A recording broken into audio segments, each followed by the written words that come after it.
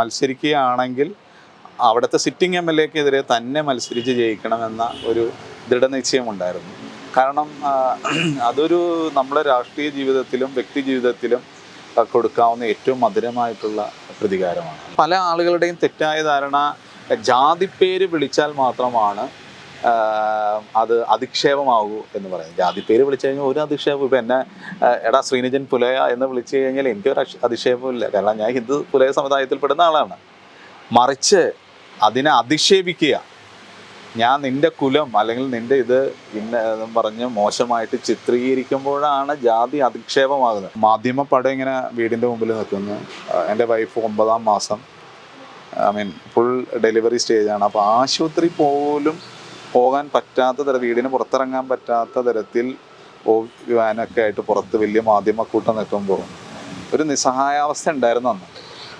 അത് ഇപ്പോൾ പറഞ്ഞാൽ എനിക്ക് എത്രത്തോളം അത് എനിക്ക് അറിയില്ല. പക്ഷെ പുറത്തിറങ്ങിക്കഴിഞ്ഞാൽ ഭാര്യയെ നടന്നു പോകുന്നതും ഗർഭിണിയായിട്ട് പോകുന്നതും അടക്കം വിഷ്വലുകൾ എടുത്താൽ അങ്ങനെ ഒരു ക്രൂരമായിട്ടുള്ള ഒരു വിനോദം ചില മാധ്യമങ്ങളൊക്കെ ചെയ്തായിരുന്നു. നമസ്കാരം. നമ്മോടൊപ്പം ഇന്ന് ചേരുന്നത് കുന്നത്തുകാട് MLA-യും അഭിഭാഷകനുമായ PV ശ്രീനിജനാണ്. നമസ്കാരം സാർ. നമസ്കാരം സാർ. തുടക്കം തന്നെ ചോദിക്കാം. ഒരു വ്യവസായി പറയുന്നു, അതായത് കിറ്റക്സ് കമ്പനിയുടെ ഉടമ സാബു പറയുകയാണ്, അദ്ദേഹം ഈ നാട് വിട്ടു പോകുന്നതിന് കാരണക്കാരൻ PV ശ്രീനിജൻ MLA ആണെന്ന്. അങ്ങനെയാണോ കാര്യങ്ങൾ? ഈ അദ്ദേഹത്തിൻ്റെ സ്റ്റേറ്റ്മെൻറ്റ് വിലയിരുത്തുമ്പോൾ നമുക്ക് 2021 തെരഞ്ഞെടുപ്പ് കൂടി വിലയിരുത്തേണ്ടതായിട്ട് വരും. 2021 തെരഞ്ഞെടുപ്പിൽ അദ്ദേഹവും അദ്ദേഹത്തിൻ്റെ പാർട്ടിയും, സാബു കേവലം ഒരു ബിസിനസ്സുകാരൻ മാത്രമല്ല, ഒരു പ്രാദേശിക രാഷ്ട്രീയ കക്ഷിയുടെ നേതാവ് കൂടിയാണ്. അപ്പോൾ അദ്ദേഹം 2021 തെരഞ്ഞെടുപ്പ് മത്സരിക്കുമ്പോൾ കുന്നത്തുനാട് അടക്കം എറണാകുളം ജില്ലയിലെ 8 നിയോജകമണ്ഡലങ്ങൾ അദ്ദേഹം മത്സരിച്ചിരുന്നു. അദ്ദേഹം വിശ്വസിച്ചിരുന്നത്, അല്ലെങ്കിൽ അദ്ദേഹത്തെ വിശ്വസിപ്പിച്ചിരുന്നത്, ഈ 8 നിയോജകമണ്ഡലങ്ങളിൽ ഉറപ്പായിട്ട് ജയിക്കുമെന്നും അദ്ദേഹം കേരളത്തിലെ ഭരണം നിയന്ത്രണം നടത്തുന്ന ഒരു പ്രധാനിയായി മാറുമെന്നൊക്കെ അദ്ദേഹം വിശ്വസിച്ചിരുന്നു. പക്ഷേ തെരഞ്ഞെടുപ്പ് അത് ഒരു പരിധിവരെ മാധ്യമങ്ങളും അത്തരം സർവേകളാണ് അദ്ദേഹത്തിന് നൽകിയിരുന്നത്. അന്ന് പല മാധ്യമങ്ങളും എനിക്ക് തന്നത് 3ാം സ്ഥാനമാണ്. പക്ഷേ തെരഞ്ഞെടുപ്പ് ഫലം വന്നു കഴിഞ്ഞപ്പോൾ അദ്ദേഹം വിചാരിച്ചത്ര വിജയിക്കാൻ കഴിഞ്ഞില്ല എന്ന് മാത്രമല്ല, പല കുന്നത്താട് അടക്കമുള്ള മണ്ഡലങ്ങളിൽ 3ാം സ്ഥാനത്തേക്ക് പോവുകയും ചെയ്തു. അപ്പോൾ അതിൻ്റെ ഒരു പരിഭ്രമം മറച്ചു വെക്കുന്നതിനും അദ്ദേഹത്തിൻ്റെ അണികളെ തൃപ്തിപ്പെടുത്തുന്നതിനും വേണ്ടി അദ്ദേഹം കണ്ടുപിടിച്ചൊരു ഉപാധിയായിരിക്കാം ഒരു പക്ഷേ MLA-യുടെ മേൽ പഴിചാരി അതിൽ നിന്ന് രക്ഷപ്പെടുക എന്നുള്ളത്. മാത്രമല്ല അദ്ദേഹത്തിൻ്റെ വ്യവസായത്തോടൊപ്പം രാഷ്ട്രീയം കൂടി കൊണ്ടുപോകാൻ വേണ്ടി എടുത്തൊരു തന്ത്രമാണ് വ്യവസായത്തെ തകർക്കുന്നു എന്ന് പറഞ്ഞുകൊണ്ട് കേരളത്തിലൊരു പൊതുവികാരം സർക്കാരിനെതിരെ കൊണ്ടുവരിക എന്നുള്ളത്. പക്ഷെ അതിൽ അദ്ദേഹം ദയനീയമായിട്ട് പരാജയപ്പെട്ടു. കാരണം അദ്ദേഹം തെലുങ്കാനയ്ക്ക് പോയതിന് ശേഷം കേരളത്തിലുണ്ടായ വ്യവസായ വിപ്ലവം കഴിഞ്ഞ 1 വർഷം കൊണ്ട് ഏകദേശം 1,50,000 പുതിയ സംരംഭങ്ങൾ നമുക്ക് തുടങ്ങാൻ കഴിഞ്ഞു. 4 ലക്ഷത്തെ ആളുകൾക്ക് ജോലി കൊടുക്കാൻ കഴിഞ്ഞു. 5,000 കോടിയോളം പുതിയ ഇൻവെസ്റ്റ്മെൻറ്റുകൾ വന്നു. അപ്പോൾ അദ്ദേഹത്തിൻ്റെ പോക്ക് കേരളത്തിന് ഒരു തരത്തിലും ബാധിച്ചിട്ടില്ല എന്ന് മാത്രമല്ല, കേരളത്തിലേക്ക് കൂടുതൽ ഇൻവെസ്റ്റ്മെൻറ്റുകൾ വരികയാണ്. അപ്പോൾ അദ്ദേഹത്തിൻ്റെ ബാലിശമായ ആരോപണങ്ങൾ അന്ന് തന്നെ പൊതുസമൂഹം തള്ളിക്കളഞ്ഞതാണെന്നാണ് ഞാൻ വിലയിരുത്തുന്നത്. പല ഘട്ടങ്ങളിലും അദ്ദേഹം തന്നെ ഒരു സോഷ്യൽ മീഡിയ, അല്ലെങ്കിൽ അദ്ദേഹത്തിൻ്റെതായ കുറേ ആളുകൾ സോഷ്യൽ മീഡിയയിലൂടെ പ്രചരിപ്പിക്കുന്നു, കമ്മ്യൂണിസ്റ്റ് പാർട്ടിയുള്ളവർക്ക് കേരളത്തിൽ നിൽക്കാൻ കഴിയുന്നില്ല, ശ്രീനിജൻ MLA-യുടെ ശല്യം അല്ലെങ്കിൽ വേട്ടയാടൽ തുടരുന്നു, പലയിടങ്ങളിലും റെയ്ഡ് ഉണ്ടാവുന്നു, പല സമയങ്ങളിലും റെയ്ഡ് ഉണ്ടാവുന്നു, അദ്ദേഹത്തിൻ്റെ തൊഴിലാളികളെ കള്ളക്കേസിൽ കൊടുക്കുന്നു. അങ്ങനെയാണോ കാര്യങ്ങൾ? അദ്ദേഹം കേരളത്തിൽ നിന്ന് പോയി എന്ന് പറയുന്നത് സത്യത്തിൽ വാസ്തവവിരുദ്ധമാണ്. അദ്ദേഹം കേരളത്തിൽ നിന്ന് പോയോ? അദ്ദേഹത്തിൻ്റെ ചെറിയൊരു ഇൻവെസ്റ്റ്മെൻറ്റ് അദ്ദേഹം തെലുങ്കാനയിൽ തുടങ്ങിയതിലപ്പുറം അദ്ദേഹത്തിൻ്റെ ഇപ്പോഴും മെയിൻ ഫാക്ടറി പ്രവർത്തിക്കുന്ന കിഴക്കമ്പലത്താണ്, അല്ലെങ്കിൽ കേരളത്തിലാണ്. ആയിരക്കണക്കിന് ആളുകൾ അവിടെ ജോലി ചെയ്യുന്നുണ്ട്. അവർക്കൊന്നും ഒരു പ്രയാസവും ഇപ്പോഴും ഇല്ല. അദ്ദേഹം അതിനെക്കുറിച്ച് പറയാതെ അദ്ദേഹം കേരളത്തിൽ നിന്ന് പോയി എന്ന് പറയുന്ന തെറ്റായ പ്രചരണമാണ് അദ്ദേഹം നൽകിക്കൊണ്ടിരിക്കുന്നത്. അത് ഞാൻ നേരത്തെ പറഞ്ഞ പോലെ രാഷ്ട്രീയ ലക്ഷ്യമാണ്. കേരളത്തിലെ മറ്റു വ്യവസായികൾക്കൊന്നും ഇല്ലാത്തൊരു പ്രത്യേകത എന്താ സാബുവിനുള്ളത്? അപ്പോൾ അത് പ്രത്യേകം രാഷ്ട്രീയ ലക്ഷ്യം മുന്നിൽ കണ്ടുകൊണ്ട് ഗവൺമെൻറ്റിനെ ഇകഴ്ത്തി കാണിക്കാനുള്ള ശ്രമമാണ് അദ്ദേഹം ചെയ്യുന്നത്. അപ്പോൾ തന്നെ ചോദിക്കേണ്ട മറ്റൊരു കാര്യം, എതിരാളികൾക്കെതിരെ ജാതി ഒരു രാഷ്ട്രീയമാക്കി ഉപയോഗിക്കുന്നുണ്ടോ ശ്രീനിജൻ? ഞാൻ വിശ്വസിക്കുന്നത്, എൻ്റെ വ്യക്തിപരമായിട്ട് സാബു അല്ലെങ്കിൽ മറ്റാളുകൾ എന്നെക്കുറിച്ച് പറയുന്നതിലപ്പുറം ഞാൻ വിശ്വസിക്കുന്ന ഒരു പ്രസ്ഥാനമുണ്ട്, ഞാൻ പ്രതികരിക്കുന്ന ഒരു സമൂഹമുണ്ട്. അപ്പോൾ എന്നെ ജാതീയമായി അധിക്ഷേപിച്ച് കഴിഞ്ഞാൽ ഞാൻ MLA എന്നുള്ള രീതിയിൽ ഞാൻ ഇതിനെ പ്രതികരിച്ചില്ലെങ്കിൽ മറ്റാരാണ് ഇതിനെതിരെ പ്രതികരിക്കുക? കാരണം ഞാൻ പ്രതിനിധാനം ചെയ്യുന്ന വലിയൊരു സമൂഹം, പ്രത്യേകിച്ച് പട്ടികജാതി പട്ടികവിഭാഗത്തിൽപ്പെടുന്ന വിദ്യാസമ്പന്നനായിട്ടുള്ള ഞാൻ, അല്ലെങ്കിൽ MLA ആയിട്ടുള്ള ഞാൻ, എനിക്ക് പ്രതികരിക്കാൻ ശക്തിയില്ല അല്ലെങ്കിൽ എനിക്ക് ധൈര്യമില്ലെങ്കിൽ എത്രയോ പാവപ്പെട്ട അല്ലെങ്കിൽ സാധാരണക്കാരായ ആളുകൾ എങ്ങനെ പ്രതികരിക്കുന്നത്? അപ്പോൾ പിന്നെ 1989 പട്ടികജാതി പട്ടികവർഗ അതിക്രമം തടയൽ നിയമം ഞാനും കൂടി അടങ്ങുന്ന ഒരു സമൂഹത്തിന് പരിരക്ഷ നൽകുന്നതിന് പാർലമെൻറ്റ് പാസ്സാക്കിയൊരു നിയമമാണ്, അല്ലാണ്ട് ഞാനതിനെ ദുരുപയോഗം ചെയ്യുന്നതല്ല. ഈ അടുത്ത ദിവസം തന്നെ സാബു ജേക്കബ് നടത്തിയ പ്രസ്താവനകൾ അല്ലെങ്കിൽ അധിക്ഷേപങ്ങൾ പൊതുസമൂഹം ചർച്ച ചെയ്യുന്നുണ്ട്. അപ്പോൾ അത് കേട്ട ഒരാൾക്കും സാബു ജേക്കബിനോട് യോജിക്കാൻ കഴിയുമോ എന്ന് എനിക്ക് തോന്നുന്നില്ല. അദ്ദേഹത്തിൻ്റെ അദ്ദേഹം ഇപ്പോൾ പറയുന്ന ഒരു ഡിഫെൻസ് എന്ന് പറയുന്നത്, ഇതിൽ പേര് പറഞ്ഞിട്ടില്ലല്ലോ, PV ശ്രീനിജൻ 2021 തെരഞ്ഞെടുപ്പിൽ കുന്നത്ത് നാട്ടിലെ ആളുകൾക്ക് തെറ്റുപറ്റി ഒരു ജന്തുവിനെ ജന്മം കൊടുത്തു, വെലങ്ങ മലയിടംതുരുത്ത് സ്കൂൾ ഉദ്ഘാടനം ചെയ്ത് ഇന്ന ആളാണ്. അപ്പോൾ പേര് പറയാതെ കേൾക്കുന്ന ഏതൊരു കുട്ടിക്കും മനസ്സിലാവും അത് ആരെക്കുറിച്ചാണ് പറയുന്നത്. അപ്പോൾ പേര് പറഞ്ഞിട്ടില്ല എന്നുള്ള ഒരു ബാലിശമായിട്ടുള്ള ഡിഫെൻസ് എടുത്തുകൊണ്ടാണ് അദ്ദേഹം മുന്നോട്ട് പോകാൻ ശ്രമിക്കുന്നത്. ഇപ്പോൾ കോടതിയിൽ തന്നെ കൊടുത്തിരിക്കുന്നത് അത്തരത്തിലുള്ള കാര്യങ്ങളാണ്.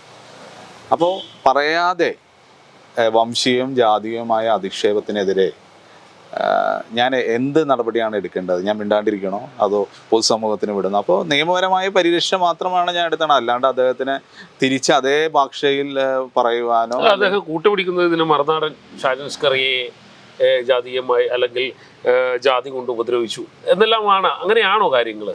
അല്ല, ഞാനൊരു സാധാരണ വേറെ സമുദായത്തിൽപ്പെടുന്ന ആളുകൾക്കാണെങ്കിൽ ആ ഡിഫെൻസ് എടുക്കാൻ പറ്റില്ല. ഞാൻ ഇന്ന സമുദായത്തിലായതുകൊണ്ടും ഇങ്ങനെ ആക്രമിക്കപ്പെടുമ്പോൾ നിയമപരമായിട്ടുള്ള പരിരക്ഷ എടുക്കുന്നതിൽ എന്തെങ്കിലും തെറ്റുണ്ടോ എന്ന് എനിക്കറിയില്ല. അതിപ്പോൾ ഞാൻ MLA ആയതുകൊണ്ടോ അല്ലെങ്കിൽ ഞാൻ വിദ്യാസമ്പന്നനായതുകൊണ്ട് എനിക്ക് ആ ഡിഫെൻസ് എടുക്കാൻ പറ്റില്ല എന്ന് പറയുന്ന ഒരു സമീപനം ശരിയല്ല. എനിക്ക് അർഹതപ്പെട്ട, നിയമപരമായിട്ട് എനിക്ക് അർഹതയുള്ള ഒരു പരിരക്ഷ നിയമമാർഗത്തിലൂടെ ഞാൻ സ്വീകരിക്കുന്നത് തെറ്റാണെന്ന് എനിക്ക് ഒരിക്കലും തോന്നിയില്ല. ഇത്തരക്കാർക്കെതിരെയുള്ള ഒരു സമരം തുടർന്നുകൊണ്ടേയിരിക്കും. അല്ല, ഇത് എനിക്ക് വ്യക്തിപരമായിട്ടുള്ള എൻ്റെ ഒരു പോരാട്ടമല്ല. ഞാൻ പ്രതിനിധാനം ചെയ്യുന്ന സമൂഹത്തിന് വേണ്ടി കൂടിയാണ് ഈ സമരം. കാരണം ഒട്ടനവധി കേസുകളിൽ നമുക്കറിയാം നിരപരാധിയായിട്ടുള്ള ഒട്ടനവധി ആളുകളെ ജാതീയമായും വംശീയമായൊക്കെ ഉപദ്രവിക്കുന്ന ഒരു പ്രവണത ഇന്ന് സമൂഹത്തിലുണ്ട്. പക്ഷേ പല ആളുകളുടെയും തെറ്റായ ധാരണ ജാതിപ്പേര് വിളിച്ചാൽ മാത്രമാണ് അത് അധിക്ഷേപമാകൂ എന്ന് പറയുന്നത്. ജാതിപ്പേര് വിളിച്ചു കഴിഞ്ഞാൽ ഒരു അധിക്ഷേപം, ഇപ്പം എന്നെ എടാ ശ്രീനിജൻ പുലയ എന്ന് വിളിച്ചു കഴിഞ്ഞാൽ എനിക്കൊരു അധിക്ഷേപമില്ല, കാരണം ഞാൻ ഹിന്ദു പുലയ സമുദായത്തിൽപ്പെടുന്ന ആളാണ്. മറിച്ച് അതിനെ അധിക്ഷേപിക്കുക, ഞാൻ നിൻ്റെ കുലം അല്ലെങ്കിൽ നിൻ്റെ ഇത് എന്നും പറഞ്ഞ് മോശമായിട്ട് ചിത്രീകരിക്കുമ്പോഴാണ് ജാതി അധിക്ഷേപമാകുന്നത്. അത് പല ആളുകൾക്ക് അറിയില്ലെന്നുള്ളതാണ്. ഇപ്പോൾ നേരത്തെ പറഞ്ഞ പോലെ വിദ്യാസമ്പന്നരായിട്ടുള്ള എഡ്യൂക്കേറ്റഡ് ആയിട്ടുള്ള നിയമപാണ്ഡിത്യം ഉണ്ടെന്ന് വിശ്വസിക്കുന്ന ആളുകൾ പോലും തെറ്റിദ്ധരിക്കുന്നത് ജാതിപ്പേര് വിളിച്ചാൽ എന്താ കുഴപ്പം എന്നാണ് പുതിയ തലമുറയിൽപ്പെടുന്ന ആളുകൾ തെറ്റിദ്ധരിക്കുന്നത്. ഇപ്പോഴും നമ്മുടെ സമൂഹം ജാതി വ്യവസ്ഥയിൽ അധിഷ്ഠിതമായിട്ടൊരു സമൂഹമാണെന്നും ജാതീയ വേർതിരിവുകൾ ഈ സമൂഹത്തിൽ നിലനിൽക്കുന്നുണ്ടെന്നുള്ള യാഥാർത്ഥ്യമാണ്. അങ്ങനെയാണോ? തീർച്ചയായിട്ടും. അതിലെന്താ സംശയമുള്ളത്? ഇന്ന് നമ്മൾ വന്നിട്ടുണ്ടോ? പലതരത്തിൽ ഇപ്പോൾ അനുഭവിച്ചുകൊണ്ടിരിക്കണതല്ലേ. ഞാൻ ആ നിയമസഭാ മണ്ഡലത്തിൽ MLA ആയി ചെന്ന് കഴിഞ്ഞപ്പോൾ കഴിഞ്ഞ 2022 ചിങ്ങമാസത്തിൽ കൃഷിഭവൻ്റെ ഒരു ചടങ്ങുമായി ബന്ധപ്പെട്ട് ഐക്കർനാട് പഞ്ചായത്തിലെ ഒരു പഞ്ചായത്ത് ക്ഷണിച്ച് ഞാൻ അവിടെ ചെല്ലുമ്പോൾ ആ വേദിയിലേക്ക് കയറുമ്പോൾ അവിടുത്തെ പഞ്ചായത്ത് പ്രസിഡന്റും വൈസ് പ്രസിഡന്റും അടക്കമുള്ളവർ എഴുന്നേറ്റ് പോകുന്ന ഒരു കാഴ്ച, അത് വ്യക്തിപരമായിട്ട് നിങ്ങൾക്ക് എത്രത്തോളം വേദനിക്കുമെന്ന് എനിക്കറിയില്ല. പക്ഷേ ഒരു വ്യക്തി എന്നുള്ള നിലവിൽ MLA എന്നുള്ളതിൽ ഇതിൽ കൂടുതൽ എങ്ങനെയാണ് ഒരാളെ അധിക്ഷേപിക്കുന്നത്? അപ്പോൾ അതൊക്കെ ഇവൻ ഇന്ന ജാതിയിൽപ്പെട്ടവനാണ്, ഇവനോടൊപ്പം ഇരിക്കാൻ ഞങ്ങൾക്ക് കഴിയില്ല, അങ്ങനെ ഒരു അധിക്ഷേപത്തിന്റെ ഭാഗമായി ഉണ്ടാക്കിയെടുക്കുന്നത്. അതായത് പല കാരണങ്ങളുണ്ട്. ഇപ്പോൾ നിങ്ങൾ പറഞ്ഞ പോലെ അത് ജാതീയമാകാൻ പല ഫാക്ടേഴ്സും വർക്ക് ചെയ്യുന്നുണ്ട്. പക്ഷേ ഞാൻ നേരത്തെ സൂചിപ്പിച്ച നിയമത്തിൽ സാമൂഹ്യ ബഹിഷ്കരണം ഇന്ന ജാതിയിൽപ്പെടുന്ന ആളെ ഏത് റീസൺ ആയിക്കോട്ടെ, പൊളിറ്റിക്കൽ റീസൺ ആകാം, മറ്റ് റീസൺ ആകാം, പക്ഷേ social boycotting is a punishable offence. അത് ഇപ്പോൾ ഞാൻ ഇന്ന ജാതിയിൽപ്പെടുന്ന അല്ലെങ്കിൽ SC ST വിഭാഗത്തിൽപ്പെടുന്ന ആളായതുകൊണ്ട് അത് മറ്റുള്ള ആളുകൾക്കല്ല, എനിക്ക് അത് ഫീൽ ചെയ്തിട്ടുണ്ടെങ്കിൽ എനിക്ക് എൻ്റെ പരിരക്ഷ എടുക്കാൻ എനിക്ക് നിയമപരമായിട്ടുള്ള അവകാശമുണ്ട്. അതുമാത്രമേ ഞാൻ എടുത്തിട്ടുള്ളൂ. എന്താണ് സാബു ജേക്കബ് അവിടെ ഒരു നല്ല വ്യവസായമല്ല നടത്തിക്കൊണ്ടിരിക്കുന്നത്? അത് ഏതെങ്കിലും തരത്തിൽ നിയമലംഘനം നടത്തുന്നതായിട്ട് അങ്ങയുടെ ശ്രദ്ധയിൽപ്പെട്ടിട്ടുണ്ട്? അല്ല, അതെല്ലാം പരിശോധിക്കേണ്ടത് ഗവൺമെൻറ്റും ഉദ്യോഗസ്ഥരുമാണ്. അത് MLA ജോലിയല്ല. അദ്ദേഹത്തിന് ഏതെങ്കിലും തരത്തിൽ വ്യവസായത്തിൽ എന്തെങ്കിലും തെറ്റായ പ്രവണതകൾ ഉണ്ടെങ്കിൽ അത് അന്വേഷിച്ച് നടപടിയെടുക്കാം. അതിലൊന്നും MLA എന്നുള്ള ഇതിൽ ഞാൻ ഇടപെടുന്നില്ല. അദ്ദേഹം അത് തെറ്റിദ്ധരിപ്പിക്കുന്നതാണ്. അല്ലെങ്കിൽ ഉദ്യോഗസ്ഥരെ വിളിച്ച് അവിടെ റെയ്ഡ് ചെയ്യാൻ MLAക്ക് അധികാരമൊന്നുമില്ല. തെറ്റായ പ്രവണത കണ്ടിട്ടുണ്ടെങ്കിൽ ഞങ്ങളതിന് നിയമപരമായിട്ട് ശ്രദ്ധയിൽപ്പെടുത്തും. ഇന്ന പ്രശ്നമുണ്ട്, നിങ്ങളൊന്ന് പോയി അന്വേഷിക്കണം. ഈ 2020 തകർക്കാനായി വലിയ ശ്രമം അങ്ങ് നടത്തുന്നു എന്നുള്ളതാണ് അവരുടെ മറ്റൊരു ആക്ഷേപം. കുറഞ്ഞ വിലയിൽ സാധനങ്ങൾ വിൽക്കുന്നു, കുറഞ്ഞ വിലയിൽ സാധനങ്ങൾ ജനങ്ങൾക്ക് എത്തിച്ചു കൊടുക്കുന്നു, ഇതെല്ലാം ഇല്ലാതെയാക്കാൻ ശ്രമിക്കുന്നു എന്നുള്ളൊരു ആക്ഷേപം ഉന്നയിക്കുന്നുണ്ട്. അല്ല, 2020 മാർക്കറ്റിംഗ് മാനേജർ അല്ല ഞാൻ CPMന്റെ ഉത്തരവാദിത്തപ്പെട്ട ഏരിയ കമ്മിറ്റി അംഗമാണ്. അപ്പോൾ 2020 വളർത്താൻ ഞാൻ ഏതായാലും ആഗ്രഹിക്കില്ല. അവരവരെ രാഷ്ട്രീയ ആശയങ്ങൾ പ്രചരിപ്പിക്കുമ്പോൾ അതിനെ കൗണ്ടർ ചെയ്തുകൊണ്ട് ജനാധിപത്യ രീതിയിൽ പ്രവർത്തിക്കാൻ അല്ലെങ്കിൽ കൂടുതൽ ആളുകളിലേക്ക് കൂടുതൽ സേവനം കൊടുക്കാനാണ് ഞാൻ ശ്രമിക്കുന്നത്. പക്ഷേ എന്തുകൊണ്ടോ അവരെന്നെ ഭയപ്പെടുന്നു എന്നാണ് ഞാൻ മനസ്സിലാക്കണം. അല്ലെങ്കിൽ എന്നെ ബോയ്ക്കോട്ട് ചെയ്യേണ്ട കാര്യമില്ല. പഞ്ചായത്തുകളിൽ ചെല്ലുമ്പോൾ അവിടുത്തെ പഞ്ചായത്ത് മെമ്പർമാർ എഴുന്നേറ്റ്, പ്രസിഡന്റ് കഴിഞ്ഞ ദിവസം ഞാനൊരു പഞ്ചായത്തിൽ ചെന്ന് പ്രസിഡന്റിൻ്റെ ക്യാബിനിലേക്ക് ചെന്ന് കഴിഞ്ഞപ്പോൾ പ്രസിഡന്റ് വേഗം ചാടി ഇറങ്ങി ക്യാബിനിൽ നിന്ന് എഴുന്നേറ്റ് പോകുന്ന സ്ഥിതി. അപ്പോൾ വ്യക്തിപരമായിട്ട് നമ്മളെ അധിക്ഷേപിക്കുക, എന്താണ് അവർ അതുകൊണ്ട് ഉദ്ദേശിക്കുന്നതെന്ന് പറയാം. ഞാനൊരു ചടങ്ങുകളിൽ ചെല്ലുമ്പോൾ സ്വാഭാവികമായിട്ട് നിങ്ങളുടെ വീട്ടിൽ വരികയാണ്, അല്ലെങ്കിൽ നിങ്ങളുടെ സ്കൂളുകളിൽ ഔപചാരികമായ ചടങ്ങിന് വരുമ്പോൾ അവർ തരുന്ന ചായ ഞാൻ കുടിക്കുന്നു.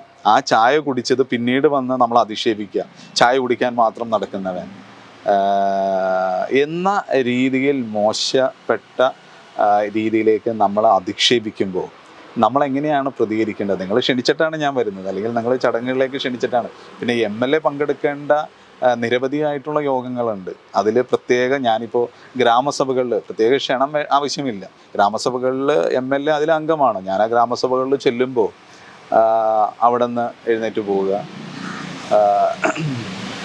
അങ്ങനെ പല തരത്തിലുള്ള നമ്മളെ മാനസികമായിട്ട് ബുദ്ധിമുട്ടിക്കും. നിങ്ങളെ കാണുമ്പോൾ സൈനറിയാം, ഞാൻ പൊതുവെ എല്ലാവരോടും ചിരിച്ചാണ് സംസാരിക്കാറ്.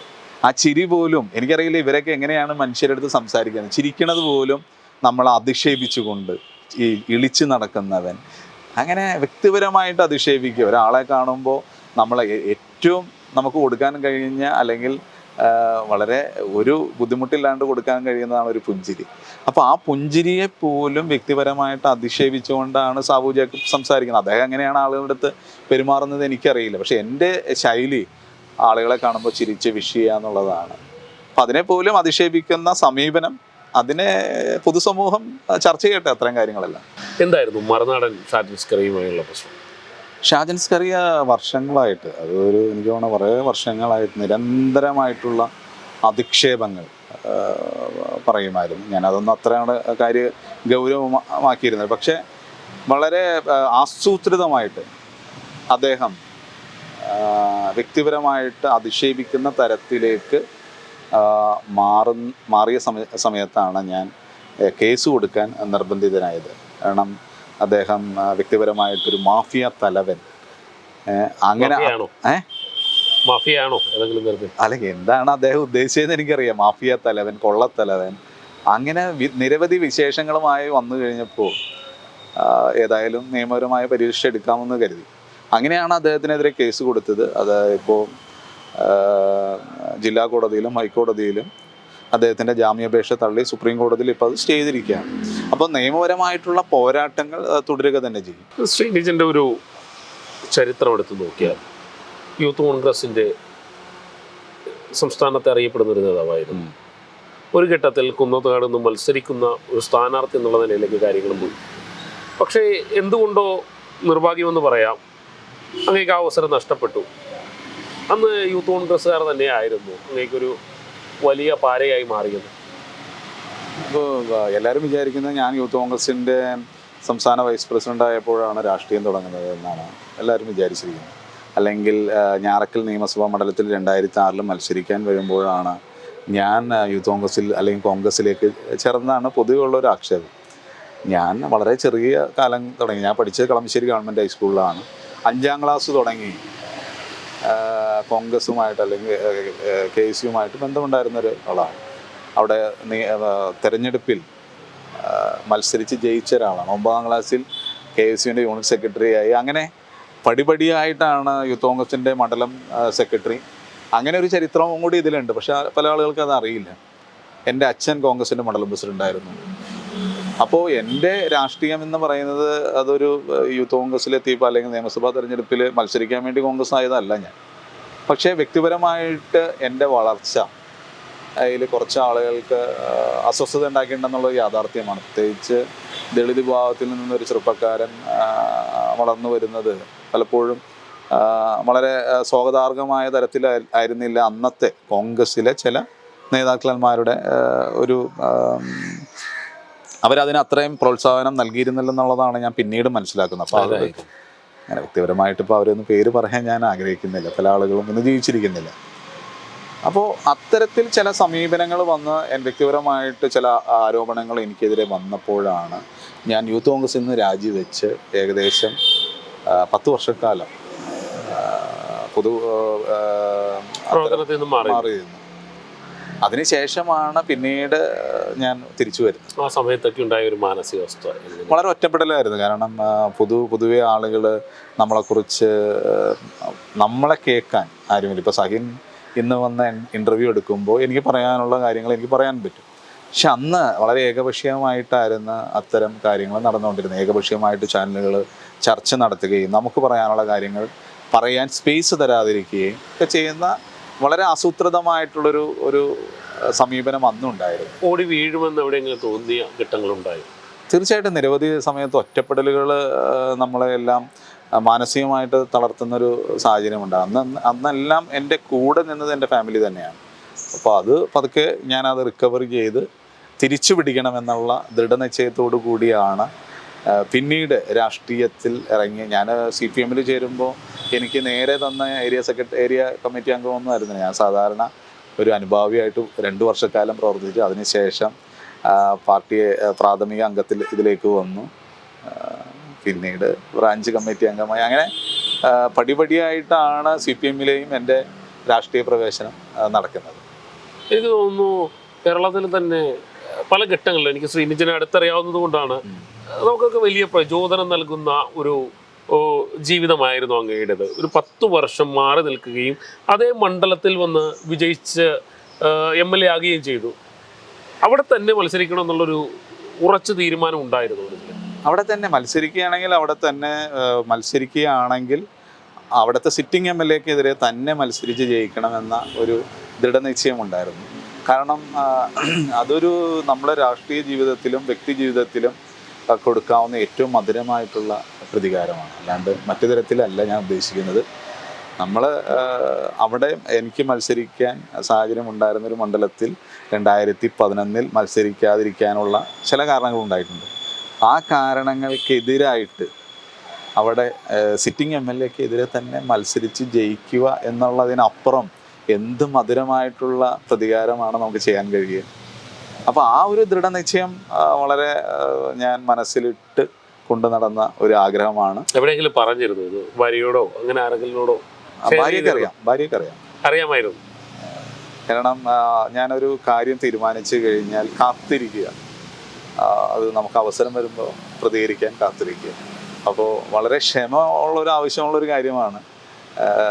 ഇപ്പോൾ നേരത്തെ കേസ് കൊടുത്തെന്ന് പറഞ്ഞ ആൾക്ക് വേണ്ടിയും ഞാൻ ഏകദേശം 4 വർഷം കാത്തിരുന്നു. അദ്ദേഹം കൃത്യമായിട്ട് ഇതിൽ വന്ന് എനിക്കെതിരെ പറയുമെന്ന് എനിക്കറിയാമായിരുന്നു. അപ്പോൾ ആ ഒരു അവസരത്തിന് വേണ്ടി അങ്ങനെ ഒരു സ്വഭാവം എനിക്കുണ്ട്. ഞാൻ അങ്ങനെ പെട്ടെന്ന് ചാടിക്കേറി പ്രതികരിക്കില്ല. വളരെ പക്ഷെ എല്ലാത്തിനെയും സൂക്ഷ്മമായി നിരീക്ഷിക്കും. അങ്ങനെയാണോ? സൂക്ഷ്മമായിട്ട് നിരീക്ഷിക്കും. നമ്മളുടെ അവസരങ്ങൾ, ഒരു രാഷ്ട്രീയക്കാരന് ഏറ്റവും അധികം വേണ്ട ഒന്ന് ഇച്ഛാശക്തി വേണം, ക്ഷമ വേണം. നമ്മളൊരു കാര്യം നേടണമെന്ന് വിചാരിച്ചു കഴിഞ്ഞാൽ അതിനു വേണ്ടിയുള്ള കാത്തിരിപ്പ്, അല്ലെങ്കിൽ ഏതൊരു പ്രൊജക്റ്റ്, ഞാനതിൽ കാണുന്നത്, ഞാൻ എൻ്റെ ഫുട്ബോൾ ജീവിതം വളരെ എനിക്ക് ഗുണകരമായിട്ടുണ്ട്. ഞാൻ ഒരു അറ്റാക്കിങ് ലെഫ്റ്റ് വിങ് ബാക്കായിരുന്നു. അപ്പോൾ ആവശ്യമുള്ള സമയത്ത് അറ്റാക്കിങ്ങിനും ആവശ്യമുള്ള സമയത്ത് ഡിഫെൻസിലും പോകാൻ നമുക്ക് കഴിയും ഒരേപോലെ. അപ്പോൾ ഓപ്പർച്യൂണിറ്റി നമ്മൾക്ക് ഉണ്ടാക്കി കഴിഞ്ഞാൽ നമ്മൾ അറ്റാക്കിന് പോകും, അല്ലാത്ത സമയത്ത് ഡിഫെൻസ് എടുക്കുക എന്നുള്ളൊരു വളരെ സ്വാഭാവികമായിട്ട് ഡിഫെൻസ് മാറിയിക്കല്ല, ഡിഫെൻസിൽ ഏതെങ്കിലും ഘട്ടത്തിൽ മനസ്സ് പറയുമല്ലോ ഇത് ഇത്ര ക്ഷമയോടുകൂടി കാത്തിരിക്കേണ്ടതില്ല, പ്രതികരിക്കേണ്ടതാണ്. അങ്ങനെ വരുന്ന സമയങ്ങളൊക്കെ എങ്ങനെ ഇതിനെ മറികടന്നു പോകും? പ്രതികരിക്കേണ്ട സമയത്ത് പ്രതികരിക്കുക തന്നെ ചെയ്യും. പക്ഷെ അത് എൻ്റെ ഒരു രീതിയുണ്ട്, ഞാൻ വളരെ അഗ്രസീവായിട്ട് പ്രതികരിക്കുന്ന ഒരാളല്ല. പക്ഷെ പറയേണ്ട കാര്യങ്ങൾ സൗമ്യമായിട്ട് പറഞ്ഞില്ലെങ്കിൽ അത് പലപ്പോഴും നമുക്ക് ഉറക്കം നഷ്ടപ്പെടും. നമുക്ക് അതിനാലും പറയാൻ കഴിഞ്ഞില്ലല്ലോ എന്ന്. അപ്പോൾ പറയേണ്ട വേദികളിൽ കൃത്യമായിട്ട് ഇതാണ് സമീപനം, ഇതാണ് നമ്മൾ ചെയ്യേണ്ടത്. അത് ഇപ്പോൾ തിരഞ്ഞെടുപ്പിൻ്റെ കാര്യത്തിലാണെങ്കിലും ആ ഒരു ക്ഷമയോടുകൂടിയുള്ളൊരു പോരാട്ടം എനിക്ക് വ്യക്തി ജീവിതത്തിൽ വളരെ ഗുണം ചെയ്തിട്ടുണ്ട്. കൃത്യമായി ഒരു ചാർട്ട് തയ്യാറാക്കി തന്നെയാണോ മുന്നോട്ട് പോകുന്നത്? അത് കൃത്യമായിട്ടൊരു ഒരു ചെസ് കളിക്കുന്ന പോലെ നമ്മൾ മുന്നോട്ട് പോകേണ്ടതാണ് രാഷ്ട്രീയം. അപ്പോൾ ഒരു മൂവ് നമുക്കെതിരെ വന്നു കഴിഞ്ഞാൽ 2 മൂവ് ഞാൻ പുറകോട്ടേ പോകുള്ളൂ. അപ്പോൾ അത് പക്ഷേ ഭയന്നിട്ടാണോ, അല്ലെങ്കിൽ അല്ല, ഒരു 3 മൂവ് മുന്നോട്ട് പോകാൻ നമുക്കത് ഗുണകരമാകുകയുള്ളൂ. അപ്പോൾ അത് നമ്മളൊരു സമയമെടുത്ത് ചെയ്യേണ്ട ഒരു കാര്യമാണ്. അത് ഓവർ ദി ഇയേഴ്സ് നമ്മുടെ ഇത്രയും നാളത്തെ ഒരു അനുഭവങ്ങൾ നമ്മൾ കുറെ ഗുണം ചെയ്തിട്ടുണ്ട്. ഈ ആരോപണ സമയത്ത് പലതും കേട്ടിരുന്നു. ഒരുപക്ഷെ ഇന്ത്യയുടെ നിയമവ്യവസ്ഥയെ പോലും നിയന്ത്രിക്കുന്ന ഒരാളായിരുന്നു ശ്രീനിജൻ. ഇതെല്ലാം കേട്ടിട്ടുണ്ടാവുമല്ലോ, അതിലെത്തിയിട്ടുണ്ടാവുമല്ലോ. തീർച്ചയായിട്ടും. എങ്ങനെയായിരുന്നു ഇത് പറയുന്നതിലൊക്കെ വല്ല വസ്തുത ഉണ്ടോ? ഇതില് ഞാനൊരു വക്കീലാണ്. അപ്പം എനിക്കിതാണ് എൻ്റെ ഉപജീവന മാർഗം. എൻ്റെ ഭാര്യയും ഇതാണ്. അപ്പം ഞങ്ങൾ അച്ഛൻ, എൻ്റെ ഭാര്യ പിതാവ് സുപ്രീം കോടതി ജഡ്ജായിരുന്നപ്പോൾ എനിക്ക് കേസ് നടത്താണ്ടിരിക്കാൻ കഴിയില്ല. പക്ഷെ അദ്ദേഹത്തിൻ്റെ മുമ്പിലോ അല്ലെങ്കിൽ സുപ്രീം കോടതിയിലും ഇതുവരെ ഞങ്ങൾ കേസ് നടത്തിയിട്ടില്ല. ഞങ്ങൾ പ്രാക്ടീസ് ചെയ്യുന്ന കേരള ഹൈക്കോടതിയിലും ഡൽഹി ഹൈക്കോടതിയിലുമായി. അപ്പോൾ ഉപജീവന മാർഗത്തിന് പറ്റുന്ന തരത്തിലുള്ള ഞങ്ങൾക്ക് വരുന്ന കേസുകൾ നന്നായിട്ട് നടത്തി അതിൻ്റെ ഫീസ് വാങ്ങിച്ചിട്ടുണ്ട്. എന്ന് ഈ പറഞ്ഞ പോലെ ചില ആളുകൾ ആരോപണം ഉന്നയിക്കുന്നു 500 കോടി 1000 കോടി എന്നൊക്കെ പറയുന്ന കഴമ്പില്ലാത്ത ആരോപണങ്ങൾ. ഈ ആരോപണങ്ങളെല്ലാം ഇൻകം ടാക്സ്, ഞാൻ നേരത്തെ സൂചിപ്പിച്ച പോലെ 7 വർഷം ഞാൻ കേസ് നടത്തി. അതിൽ നിന്ന് മുഴുവൻ എക്സോണറേറ്റ് ചെയ്തതിന് ശേഷം വട്ടമായിട്ട് ആക്രമിക്കണമായിരുന്നു ഇൻകം ടാക്സും എല്ലാ ഏജൻസികളും. പക്ഷെ 7 വർഷം ഞാൻ കേസ് നടത്തി. എനിക്കെതിരെ വന്ന ആരോപണങ്ങളിൽ ഒന്നുമില്ല എന്ന് തെളിയിച്ചതിന് ശേഷമാണ് ഞാൻ രണ്ടാമത് CPM-ലേക്ക് ചേരുന്നത്. അല്ലാണ്ട് ഒരു ആരോപണം വന്നാൽ അത് തെളിയിക്കാതെ രണ്ടാമത് രാഷ്ട്രീയ പ്രവർത്തനം നടത്തിയ ആളല്ല. അതാണ് ഞാൻ ആ കാത്തിരിപ്പിന് ഒരു ഗുണം കിട്ടിയത്. അതായത് ഉദ്യോഗസ്ഥരുടെ മുന്നിലേക്ക് ചെല്ലുന്ന സമയത്ത് എന്തോ വലിയ കോടികൾ ഒളിച്ചു വെച്ചിരിക്കുന്ന ഒരാൾ വരുന്നു. ഇത് കഴിഞ്ഞ് തിരിച്ചു വരുമ്പോൾ ഉദ്യോഗസ്ഥർ പരസ്പരം നോക്കിയിരുന്ന് ചിരിക്കണമായിരിക്കും. അവർ അങ്ങനെ ഒരു ഇതാണ് അവർക്ക് കൊടുത്തിരുന്നത്.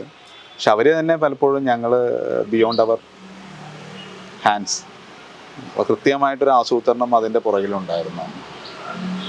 അന്വേഷണങ്ങൾക്ക് ഒരു ലക്ഷ്യമുണ്ടായിരുന്നു. എന്തിനായിരുന്നു? നിങ്ങളായിരുന്നോ അല്ലെങ്കിൽ നിങ്ങളുടെ ഭാര്യ പിതാവിനെയായിരുന്നു ലക്ഷ്യം വെച്ചിരുന്നത്? ഒരു പരിധിവരെ അദ്ദേഹത്തിനായിരുന്നു. ഭാര്യ പിതാവിൻ്റെ സ്ഥാനലബ്ധിയും അദ്ദേഹത്തിന് വരാനിരുന്ന ചില സ്ഥാനമാനങ്ങൾക്കെതിരായിട്ടുള്ള ചില ആളുകളുടെ ആസൂത്രിതമായൊരു നീക്കമായിരുന്നു. പക്ഷെ അതെല്ലാം അദ്ദേഹവും വളരെ ബോൾഡായിട്ട് അതിനെ നേരിട്ടു. പക്ഷെ അതിൽ ഏറ്റവും കൂടുതൽ ഇവിടെ കേരളത്തിൽ അനുഭവിക്കേണ്ടി വന്നത് എന്നെയാണ് വ്യക്തിപരമായിട്ട്. ശ്രീനിജനെ ഒരു ആയുധമാക്കി മാറ്റാൻ കഴിയുമെന്ന് ചില ആളുകൾ തിട്ടം വെച്ചിരുന്നു. അങ്ങനെയാണോ മനസ്സിലാക്കുക? അല്ല, എന്നെ അതിലൊരു തുടക്കം എന്നുള്ള രീതിയിലാണ് എന്നെ ടാർഗറ്റ് ചെയ്തത്. വാർത്തകളെല്ലാം വന്നത് എനിക്കെതിരെയായിരുന്നു. അതൊരു ആസൂത്രിതമായ ഒരു നീക്കമായിരുന്നു, മാധ്യമങ്ങളടക്കം ചേർന്നുകൊണ്ട് ചെയ്തതാണോ? അങ്ങനെ തോന്നിയോ? ആ മാധ്യമങ്ങൾ വളരെ സ്വാധീനം. ഇപ്പോൾ എല്ലാ മാധ്യമങ്ങൾക്കും, ഞാൻ അവരെ കുറ്റം പറയുന്നില്ല, പല ഇൻട്രസ്റ്റുകളാണ്. അപ്പോൾ ആ ഇൻട്രസ്റ്റുകളൊക്കെ പ്രൊട്ടക്റ്റ് ചെയ്യുമ്പോൾ എനിക്ക് ആ ഇൻട്രസ്റ്റുകൾ തിരിച്ചു കൊടുക്കാൻ എനിക്ക് കഴിയില്ല. അപ്പോൾ എവിടെ നിന്നാണ് അവർക്കൊരു ഇൻട്രസ്റ്റുകൾ, അത്തരത്തിൽ താല്പര്യങ്ങൾ സംരക്ഷിക്കാൻ സാഹചര്യങ്ങൾ ഒരുങ്ങുന്ന ആ താല്പര്യങ്ങൾക്കനുസരിച്ച് ഒരു പരിധിവരെ മാധ്യമങ്ങൾ നിന്നിട്ടുണ്ടെന്നാണ്, മാധ്യമ പ്രവർത്തകരെന്ന് ഞാൻ പറയുന്നില്ല, ചില മാനേജ്മെൻറ്റുകൾ ആ താല്പര്യങ്ങൾ സംരക്ഷിച്ചിട്ടുണ്ടെന്ന് തന്നെയാണ് ഇപ്പോഴും ഞാൻ വിശ്വസിക്കുന്നത്. തുടക്കം വന്ന വാർത്ത എന്തായിരുന്നു? ഓർമ്മയുണ്ടാവുമല്ലോ സ്വാഭാവികമായിട്ടും. എനിക്ക് അന്നമനടയിൽ ഒരു റിസോർട്ട് ഉണ്ടെന്നും പറഞ്ഞായിരുന്നു ഒരു ബ്രേക്കിംഗ് വന്നത്. എന്തിനായിരുന്നു അങ്ങനെ? അല്ല, അതാണ് ഇപ്പോഴും ഞാൻ മനസ്സിലാക്കുക. അതായത് ആ റിപ്പോർട്ട് ചെയ്ത ആൾക്കൊരു അവാർഡും കൊടുത്തു ഇവിടെ ഏതൊരു. അപ്പം ഞാൻ ആ അവാർഡ് കമ്മിറ്റിയിൽ ഉണ്ടായിരുന്ന ആളെ ഞാൻ വിളിച്ചു, എന്താണ് നിങ്ങൾ അതിൻ്റെ വസ്തുത എന്താണ്, എനിക്ക് റിസോർട്ട് ഉണ്ടോ? അല്ല, അത് ഞങ്ങൾക്കറിയില്ല, ഞങ്ങളിങ്ങനെ ആ വാർത്ത കണ്ടപ്പോൾ അങ്ങനെ അവാർഡ് കൊടുത്താന്ന് പറഞ്ഞു. അത് കേരളത്തിലെ വലിയൊരു മാധ്യമ പ്രവർത്തകൻ. അപ്പം ഞാൻ പറഞ്ഞു, നിങ്ങൾ അതിൻ്റെ വസ്തുത കൂടി മനസ്സിലാക്കണ്ടേ. നിങ്ങൾ റിസോർട്ട് ഉണ്ടെന്ന് പറയുകയാണെങ്കിൽ ആ റിസോർട്ട് ഞാൻ നിങ്ങൾക്ക് എഴുതി തരാം. എൻ്റെ 2300 സ്ക്വയർ ഫീറ്റുള്ള വീട് കാണിച്ചിട്ടാണ് അവർ റിസോർട്ടായിട്ട് ചിത്രീകരിച്ചത്. എനിക്ക് നമ്മുടെ എംപയർ ബിൽഡിങ്ങിൽ, ഹൈക്കോടതിയുടെ അടുത്തുള്ള എംപയർ ബിൽഡിങ്ങിൽ 1050 സ്ക്വയർ ഫീറ്റ് ഒരു ഓഫീസ് ഇതുണ്ട്. അത് കാണിച്ച് ആ എൻ്റയർ ബിൽഡിങ് ഇത് PV ശ്രീനിജൻ്റെ ഓഫീസ് പറയുമ്പോൾ സത്യമാണ്, അതിലൊരു ഓഫീസ് എനിക്കുണ്ട്. പക്ഷെ എൻ്റയർ ബിൽഡിങ്ങാണ് അവർ കാണിച്ചുകൊണ്ടിരുന്നത്. അപ്പോൾ ആളുകൾ, പൊതുജനം വിചാരിക്കുമ്പോൾ അതിൽ പറയാതെ പറയുന്ന ചില നുണകളുണ്ട്. ആളുകൾ തെറ്റിദ്ധരിക്കും, ഇത്രയും വലിയ ഓഫീസ്, 8 നില ഓഫീസ് ഇത്രയും വർഷത്തിനുള്ളിൽ. അപ്പോൾ അങ്ങനെ ഒരു വളരെ ആസൂത്രിതമായിട്ട് പറയാതെ പറയുന്ന ചില മാധ്യമ സംസ്കാരം, അത് വളരെ കൃത്യമായിട്ട് എനിക്കെതിരെയും എൻ്റെ ഫാമിലിക്കെതിരെയും ഉപയോഗിച്ചു എന്നുള്ളത് യാഥാർത്ഥ്യമാണ്. ഈ ഒറ്റപ്പെടലിനെ കുറിച്ച് സംസാരിച്ചല്ലോ. കൂടി നടന്നിരുന്ന ആളുകൾ ഒരു സുപ്രഭാതത്തിൽ പെട്ടെന്ന് പിൻവാങ്ങുകയായിരുന്നു. വളരെ തലേ ദിവസം എന്നെ വിളിച്ചിട്ട്, ചേട്ടാ ഞങ്ങളെല്ലാം നിങ്ങളുടെ കൂടെ ഉണ്ട് എന്ന് പറയുന്നു. പിറ്റേ ദിവസം എനിക്കെതിരെ പന്തംകുളത്തി പ്രകടനം, ആരോപണമൊക്കെ ഉന്നയിച്ച് ഒത്തിരി വളരെ അടുത്ത സ്നേഹിതന്മാർ വരെ ഉണ്ടായിട്ടുണ്ട്. അവരോടൊന്നും ഇപ്പോഴും അവരെയൊക്കെ കാണുമ്പോൾ, ഇപ്പോൾ എന്നെ കാണുമ്പോൾ കെട്ടിപ്പിടിച്ചിട്ട് പറയും, ചേട്ടാ അന്ന് അങ്ങനെ പറ്റിപ്പോയതാണ്, കാരണം അന്ന് അങ്ങനെ ഒരു പ്രഷർ ഉണ്ടായിരുന്നു. കാരണം അന്ന് യൂത്ത് കോൺഗ്രസിൻ്റെ ഒരു തെരഞ്ഞെടുപ്പ് കൂടി ആ സമയത്തുണ്ടായിരുന്നു. അപ്പോൾ അന്ന് ലിജു യൂത്ത് കോൺഗ്രസിലേക്ക് മത്സരിക്കുകയും വിഷ്ണുനാഥ് മത്സരിക്കുകയും, അങ്ങനെ വിഷ്ണുനാഥ് ജയിക്കുകയും ചെയ്തു. അപ്പോൾ ഗ്രൂപ്പ് അടിസ്ഥാനത്തിൽ നടന്നൊരു തെരഞ്ഞെടുപ്പിൻ്റെ തോൽവിയുടെ ഉത്തരവാദിത്വം അന്ന് എൻ്റെ തലയിൽ കെട്ടിവെച്ച് രക്ഷപ്പെടാനുള്ളൊരു ശ്രമവും കൂടി അന്ന് നടന്നു. അപ്പോൾ എല്ലാം നമ്മുടെ സമയദോഷം, അപ്പോൾ അതെല്ലാം എൻ്റെ തലയിൽ വന്നു. പക്ഷെ ഇന്ന് അവരെ മുൻപിലൊക്കെ തല ഉയർത്തി നിൽക്കാൻ എനിക്ക് കഴിയുന്നത് എൻ്റെ പോരാട്ടത്തിലുള്ള കുന്നത്ത് നാട്ടിലുള്ള ജയമാണ്. ആ കാത്തിരിപ്പാണ് എന്നെ സംബന്ധിച്ച്. ഇപ്പോഴും അവർ പല സൗഹൃദങ്ങൾ ഇപ്പോൾ ആളുകൾ എന്നെ വിളിച്ചു തുടങ്ങി, ഓർമ്മയുണ്ടോ എന്നൊക്കെ ചോദിച്ചാൽ. പക്ഷെ ഒരാളെ ഞാൻ മറന്നിട്ടില്ല. അവരോരോരുത്തരും എന്താണ് ചെയ്തതെന്ന് ഇപ്പോഴും ഞാൻ മനസ്സിൽ കുറിച്ചിട്ടുണ്ട്. പക്ഷെ വ്യക്തിപരമായിട്ട് അവരോട് യാതൊരു വിദ്വേഷവുമില്ല. അവരുടെ സാഹചര്യങ്ങൾ കൊണ്ട് അവരങ്ങനെ ചെയ്തു. ഈ യൂത്തിന്റെ നേതാക്കളൊക്കെ ഉണ്ടായിരുന്നല്ലോ, ഇവരൊക്കെ പെട്ടെന്ന് അങ്ങോട്ട് മാറുകയായിരുന്നു. അല്ല, ഇത് രാഷ്ട്രീയത്തില് എപ്പോഴും മുതിർന്ന നേതാക്കളെ ഞെട്ടിപ്പോകുന്നൊരു അനുഭവം ഉണ്ടാവുമല്ലോ, അല്ലെങ്കിൽ നമ്മൾ തളർന്നു പോകുന്ന ഒരു മാനസികാവസ്ഥയിൽ. എൻ്റെ വീട്ടിൽ വന്ന് എൻ്റെ ഷർട്ടിട്ട് എൻ്റെ മുണ്ടെടുത്ത് പോയ ആളുകൾ പിറ്റേ ദിവസം, അല്ലെങ്കിൽ ആ പ്രശ്നം വന്നു കഴിഞ്ഞപ്പോൾ എനിക്കെതിരെ തിരിഞ്ഞ ഒത്തിരി അനുഭവങ്ങൾ ഉണ്ടായിരുന്നു. സങ്കടപ്പെടുത്തിയ ഒരു കാര്യം ഉണ്ടായിരുന്നു കൂടുതലായി? ഈ ആരോപണം നടക്കുമ്പോൾ വ്യക്തിപരമായിട്ട് എൻ്റെ രണ്ടാമത്തെ മോള് വൈഫ് ക്യാരിയിങ് ആയിരുന്നു. അപ്പോൾ മാധ്യമപ്പടം ഇങ്ങനെ വീടിൻ്റെ മുമ്പിൽ നിൽക്കുന്നു. എൻ്റെ വൈഫ് 9ാം മാസം, ഫുൾ ഡെലിവറി സ്റ്റേജാണ്. അപ്പോൾ ആശുപത്രി പോലും പോകാൻ പറ്റാത്ത തരം, വീടിന് പുറത്തിറങ്ങാൻ പറ്റാത്ത തരത്തിൽ വാനൊക്കെ ആയിട്ട് പുറത്ത് വലിയ മാധ്യമക്കൂട്ടം നിൽക്കുമ്പോൾ ഒരു നിസ്സഹായാവസ്ഥ ഉണ്ടായിരുന്നു അന്ന്. അത് ഇപ്പോൾ പറഞ്ഞാൽ എനിക്ക് എത്രത്തോളം അത് എനിക്ക് അറിയില്ല. പക്ഷെ പുറത്തിറങ്ങിക്കഴിഞ്ഞാൽ ഭാര്യയെ നടന്നു പോകുന്നതും ഗർഭിണിയായിട്ട് പോകുന്നതും അടക്കം വിഷ്വലുകൾ എടുത്താൽ അങ്ങനെ ഒരു ക്രൂരമായിട്ടുള്ള ഒരു വിനോദം ചില മാധ്യമങ്ങളൊക്കെ ചെയ്തായിരുന്നു. വ്യക്തിപരമായിട്ട് ഏറ്റവും വേദനിപ്പിച്ച അതാണല്ലോ. എൻ്റെ മറ്റാളുകൾ നമ്മളെ ഇത് ചെയ്യണതൊക്കെ. മാധ്യമപ്രവർത്തകർ ശ്രദ്ധിക്കേണ്ട ഒരു കാര്യം, നമ്മൾ ഇത്തരം കാര്യങ്ങളൊക്കെ ഇതിൽ ചില വിഷ്വൽസൊക്കെ ഒഴിവാക്കാവുന്ന വിഷ്വൽസ് ഉണ്ട്. അത് നിങ്ങളൊരു ജേർണലിസത്തിൻ്റെ ഭാഗമായിട്ട് ഉപയോഗിക്കുന്നതാണെങ്കിൽ അത് മനസാക്ഷിയുടെ ഭാഗമാകരുത്. അത്തരം ചിന്തകളൊക്കെ മാറ്റിവെച്ച് ഞങ്ങളും അല്ലെങ്കിൽ നമ്മളെല്ലാവരും മനുഷ്യരാണെന്നുള്ളൊരു ചിന്ത വേണ്ട. അപ്പോൾ അങ്ങനെ ചില അനുഭവങ്ങളൊക്കെ ഉണ്ടായിട്ടുണ്ട്. വേദികളിലൊക്കെ പോകുമ്പോൾ ആളുകൾ കുറിച്ച് നോക്കി അങ്ങനത്തെ അനുഭവം? പിന്നെ തീർച്ചയായിട്ടും ഇപ്പോഴും പുറത്ത് ഈ ചില മാധ്യമങ്ങളിൽ വന്ന വാർത്തകളുടെ അടിസ്ഥാനത്തിലാണ് ഇപ്പോഴും PV ശ്രീനിജനെ വിലയിരുത്തുന്നത്. പക്ഷെ ഞാൻ ആളുകളായിട്ട് എനിക്ക് സംസാരിക്കാൻ അവസരം കിട്ടിയാൽ എനിക്ക് അത് മാറ്റാൻ കഴിയും. പക്ഷേ ഒരു വലിയൊരു വിഭാഗം വിചാരിച്ചിരിക്കുന്നത് വലിയ എന്തോ ഒരു അധോലോക നായകൻ അങ്ങനെയൊക്കെ വിചാരിക്കണ വലിയൊരു വിഭാഗം ഇപ്പോഴും ഉണ്ട്. അവരാണ് ഫേസ്ബുക്കിലൂടെ വന്ന് നമ്മൾ കുറച്ച് ആളുകൾ സ്ഥിരമായിട്ട് ചീത്ത വിളിക്കാൻ വേണ്ടി കുറേ ആളുകളുണ്ട്. അപ്പോൾ അവർ നമുക്കൊരിക്കലും തിരുത്താൻ കഴിയില്ല. പക്ഷേ കൂടുതൽ ആളുകളിലേക്ക് ഇറങ്ങിച്ചെന്ന് ഈ നിയമസഭാ മണ്ഡലത്തിൽ MLA ആയതിനു ശേഷം എനിക്കുണ്ടായൊരു ഗുണം അതാണ്. കൂടുതൽ ആളുകളിലേക്ക് നമ്മൾ ഇറങ്ങിച്ചെല്ലുകയും കൂടുതൽ ആളുകളിലേക്ക് വികസനങ്ങൾ എത്തിക്കുവാനും ഒക്കെ ഞാൻ ശ്രമിച്ചിട്ടുണ്ട്. ഈ കഴിഞ്ഞ 2.25 വർഷം കൊണ്ട് ഏകദേശം 800 കോടി രൂപയുടെ ഓൺഗോയിങ് പ്രൊജക്റ്റുകൾ ഇപ്പോൾ മണ്ഡലത്തിൽ നടക്കുന്നുണ്ട്. ഇനി അടുത്ത ഒരു വർഷത്തിനുള്ളിൽ ഒരു 1500 കോടിയിലേക്ക് അത് എത്തും എന്നുള്ള കാര്യത്തിൽ സംശയമില്ല. അപ്പോൾ ഗവൺമെൻറ് വളരെ കാര്യമായിട്ട് എന്നെ സഹായിക്കുന്നുണ്ട് ആ കാര്യത്തിൽ. കുന്നത്തനാട് ഒരു ചർച്ചയായിട്ട് നിർത്താൻ കഴിഞ്ഞു ശ്രീനിജന്? കുന്നത്തനാട് ചർച്ചയാകണം. കാരണം കഴിഞ്ഞ നിയമസഭാ തെരഞ്ഞെടുപ്പ് ഏറ്റവും കൂടുതൽ ചർച്ച ചെയ്യപ്പെട്ടൊരു മണ്ഡലം കുന്നത്തനാടാണ്. ഒരു പ്രാദേശിക കക്ഷിയുടെ രാഷ്ട്രീയമായിട്ടുള്ള നിലപാടുകൾ എടുത്ത് കേരളത്തിൽ ഞങ്ങൾ ജയിക്കുമെന്ന് പറഞ്ഞ തെരഞ്ഞെടുപ്പിന് നേരിട്ട ആളുകൾക്ക് അവരെ നമ്മൾ അത്ര പെട്ടെന്ന് കേരള രാഷ്ട്രീയത്തിൽ നിന്ന് അങ്ങനെ മാഞ്ഞു പോകുന്നില്ല. അത് ഇപ്പോഴും എനിക്കുണ്ടായ ഒരു ഗുണം എന്ന് പറയുന്നത്, ഞാൻ പതുക്കെ ഒന്നും മീഡിയയിൽ നിന്ന് ഞാനായിട്ടൊരു കോൺട്രവേഴ്സി ഒരിക്കലും ഉണ്ടാക്കാറില്ല പക്ഷേ ഞാൻ പതുക്കെ ഇങ്ങനെ മാറി നിൽക്കുമ്പോൾ എന്നെ വീണ്ടും കൊണ്ടുവന്ന് ഇടുന്നുണ്ട്. കൃത്യസമയത്ത് ഇട്ടുകൊണ്ട് വീണ്ടും അത് ലൈവാക്കി നിർത്തുന്നതിന് നേരത്തെ പറഞ്ഞ പല ആളുകളും ശ്രദ്ധിക്കാറുണ്ട്. ഈ പറഞ്ഞതുപോലെ 2020 ജനങ്ങളുടെ ഭാഗത്തു നിന്ന് ഒരു തിരിച്ചടി കിട്ടുമെന്ന് തന്നെയാണ് ഇപ്പോഴും പ്രതീക്ഷിക്കുന്നത്. ഞാൻ 2020യുടെ ഒരു ഗുണം ഞാൻ കാണുന്നത്, കൃത്യമായിട്ടുള്ളൊരു പ്രതിയോഗി ഉണ്ടെങ്കിലാണ് നമ്മുടെ പ്രവർത്തനങ്ങൾ മികച്ചതാവുകയുള്ളൂ. അതിപ്പോൾ ചാനലുകൾ പോലെ നിങ്ങൾക്കൊരു നല്ല കോമ്പറ്റീറ്റർ ചാനൽ അപ്പുറത്തുണ്ടെങ്കിൽ നിങ്ങളുടെ പ്രോഗ്രാമുകൾ ഭംഗിയാകും എന്ന് പറഞ്ഞ പോലെയാണ്. അവരുടെ പ്രവർത്തനം ശക്തമായിട്ട് നടക്കുന്നത് കൊണ്ട് ഞാൻ എൻ്റെ പ്രവർത്തനം വളരെ ശക്തമായിട്ട് മുന്നോട്ട് പോകുന്നു. അവർ നേരത്തെ പറഞ്ഞ പോലെ ഏതെങ്കിലും തരത്തിൽ നല്ല കാര്യം ചെയ്യുന്നുണ്ട്, അത് അംഗീകരിക്കപ്പെടേണ്ടത് തന്നെയാണ്, അതിൽ സംശയമൊന്നുമില്ല.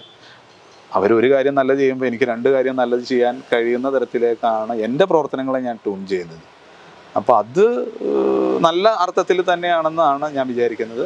അങ്ങനെ ഒരു ഹെൽത്തി പൊളിറ്റിക്സ് എനിക്കിഷ്ടമാണ്. പക്ഷേ വ്യക്തിപരമായിട്ട് അധിക്ഷേപിച്ചുകൊണ്ട് ഞാനൊരിക്കലും സാബുവിനെ അത്തരത്തിൽ അധിക്ഷേപിച്ച ഒരു ഇതുപോലും ഉണ്ടായിട്ടില്ല. ഞാനങ്ങനെ പറയുകയില്ല. അദ്ദേഹം ആ സ്പിരിറ്റിൽ എടുക്കാൻ തയ്യാറായി. 8 പഞ്ചായത്തുകളിൽ മികച്ച പ്രവർത്തനങ്ങൾ ജനം വിലയിരുത്തട്ടെ, ജനം അല്ലേ വോട്ട് ചെയ്യുന്നത്. ഈക്വൽ ഓപ്പർച്യൂണിറ്റി കൊടുക്കുക. അദ്ദേഹത്തിൻ്റെ ആളുകൾ പഞ്ചായത്തിൽ നിന്ന് അദ്ദേഹം എന്നെ മാറ്റി നിർത്തണത് എന്തിനാ? എന്നെ ഭയപ്പെടണമുണ്ടാണോ? തുറന്ന സംവാദത്തിന് ഞാൻ തയ്യാറാണ്. ശ്രീ സാബു ജേക്കബിനോട് തുറന്ന സംവാദത്തിന്, വികസന പ്രവർത്തനങ്ങളുടെ കാഴ്ചപ്പാടുകൾ അദ്ദേഹം തയ്യാറാണ്. ഞാൻ സംസാരിക്കാൻ തയ്യാറാണ്. മണ്ഡലത്തിൽ നടത്തുന്ന വികസനം, അവരുടെ പ്രവർത്തനങ്ങൾ അവർ വിവരിക്കട്ടെ. അങ്ങനെ ഓരോ കാര്യങ്ങളും നമുക്ക് എണ്ണി നമുക്ക് സംസാരിക്കും. അപ്പോൾ തുറന്ന സംവാദത്തിന് നിങ്ങൾ തന്നെ ഷൈൻ തന്നെ ഒന്ന് മുൻകൈ എടുത്ത് തയ്യാറാണെന്ന് ചോദിക്കും. സാബു ജേക്കബ് തയ്യാറായി വരട്ടെ, അദ്ദേഹത്തിൻ്റെ കാഴ്ചപ്പാടുകൾ പറയട്ടെ, ജനം വിലയിരുത്തട്ടെ ഇതിൽ മികച്ചതാരാണെന്ന്. അപ്പോൾ അത് വളരെ ഓപ്പണായിട്ടുള്ള ഒരു സമീപനമാണ് ആ കാര്യത്തിൽ എനിക്കുള്ളത്. പക്ഷെ അദ്ദേഹം അതിനൊരിക്കലും തയ്യാറാവില്ല. കാരണം അദ്ദേഹത്തിന് ഞാൻ കൂടുതൽ ആളുകളുമായിട്ട് അടുക്കുന്നത് അദ്ദേഹത്തിന് ഒരു ഭയപ്പാടുണ്ടാക്കേണ്ടെന്നാണ്. അതുകൊണ്ടാണ് എന്നെ ബഹിഷ്കരിക്കുക എന്നുള്ളത്. അല്ലാണ്ട് സാബു ജേക്കബിനോട് വ്യക്തിപരമായിട്ട് എനിക്ക് യാതൊരു വിരോധവുമില്ല. കേരളത്തിൽ BJPയുടെ ഒരു വളർച്ച എങ്ങനെയാണ് ഒരു MLA എന്നുള്ള നിലയിൽ കാണുന്നത്? BJPയുടെ ഒരു കാഴ്ചപ്പാടുകൾ ഒരു വിഭാഗത്തിനെ സ്വാധീനിക്കുന്നുണ്ട് എന്ന കാര്യത്തിൽ യാതൊരു സംശയമില്ല. പക്ഷെ തെരഞ്ഞെടുപ്പിൽ അതെത്രത്തോളം മുന്നോട്ട് പോകാൻ കഴിയുമെന്ന കാര്യത്തിൽ സംശയമുണ്ട്. കാരണം ഇപ്പോൾ പല ആളുകളും പറയുന്നത്, ഇപ്പോൾ വരാൻ പോകുന്ന പാർലമെൻറ്റ് തിരഞ്ഞെടുപ്പിൽ ചില സീറ്റുകൾ അവർക്ക് കിട്ടുമെന്നൊക്കെ ഉള്ള വലിയ പ്രചരണം ഇങ്ങനെ തൃശ്ശൂർ സുരേഷ് ഗോപിയൊക്കെ പറയുന്നത് ചർച്ച ചെയ്യുന്നുണ്ട്. അവിടെ സുരേഷ് ഗോപി എന്നുള്ള വ്യക്തിയെ അല്ല ഞാൻ നോക്കിക്കാണുന്നത്, മറിച്ച് അദ്ദേഹം പ്രതിനിധീകരിക്കുന്ന ആ സംഘടനയുടെ കാഴ്ചപ്പാടുകൾ എന്താണ് കേരളത്തിൽ മുന്നോട്ട് വയ്ക്കുന്നത്. ഇപ്പോൾ സുരേഷ് ഗോപി ഒരുപക്ഷെ വാരണാസിയിൽ മത്സരിച്ച സുഖമായിട്ട് ജയിക്കും. ആ സുരേഷ് ഗോപി തന്നെ തൃശ്ശൂർ മത്സരിക്കുമ്പോൾ എനിക്ക് സംശയമുണ്ട്. കാരണം വാരണാസിയിൽ വെക്കുന്ന അതേ രാഷ്ട്രീയമാണ് അദ്ദേഹം തൃശ്ശൂരും പറയാൻ പോകുന്നത്. നമ്മുടെ കേരളത്തിനൊരു മതേതര സ്വഭാവമുണ്ട്. ആ മതേതര സ്വഭാവത്തിൽ അനുസരിച്ചിട്ട് കേരളത്തിലെ ജനങ്ങൾ BJPക്ക് അനുകൂലമായിട്ട് ഒരു നിലപാടെടുക്കുമെന്ന് എനിക്ക് തോന്നുന്നില്ല. നമ്മുടെ ഒരു പരമ്പരാഗത രീതിയിലുള്ള മതേതര സങ്കല്പവും എല്ലാ മതങ്ങളെയും ഒരേപോലെ കാണുന്ന എന്നൊരു സമീപനമാണ് പൊതുവെ നമ്മൾ എടുക്കുന്നത്. ആ സമീപനത്തിൽ എങ്ങനെ കേരളത്തിലെ ജനങ്ങൾക്ക് മാറി ചിന്തിക്കാൻ കഴിയും? അപ്പോൾ വ്യക്തിയല്ല, മറിച്ച് ഒരു രാഷ്ട്രീയ പ്രസ്ഥാനം മുന്നോട്ട് വെക്കുന്ന സാമൂഹ്യ കാഴ്ചപ്പാടുകൾക്കാണ് കേരളത്തിലെ ജനങ്ങൾ വോട്ട് ചെയ്യാൻ പോകുന്നത്.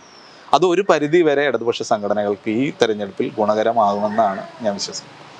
എന്തായാലും വളരെ നന്ദി ശ്രീനിജൻ, ഇത്രയും സമയം ഞങ്ങളോടൊപ്പം സഹകരിച്ചിരുന്നത്. Thank you.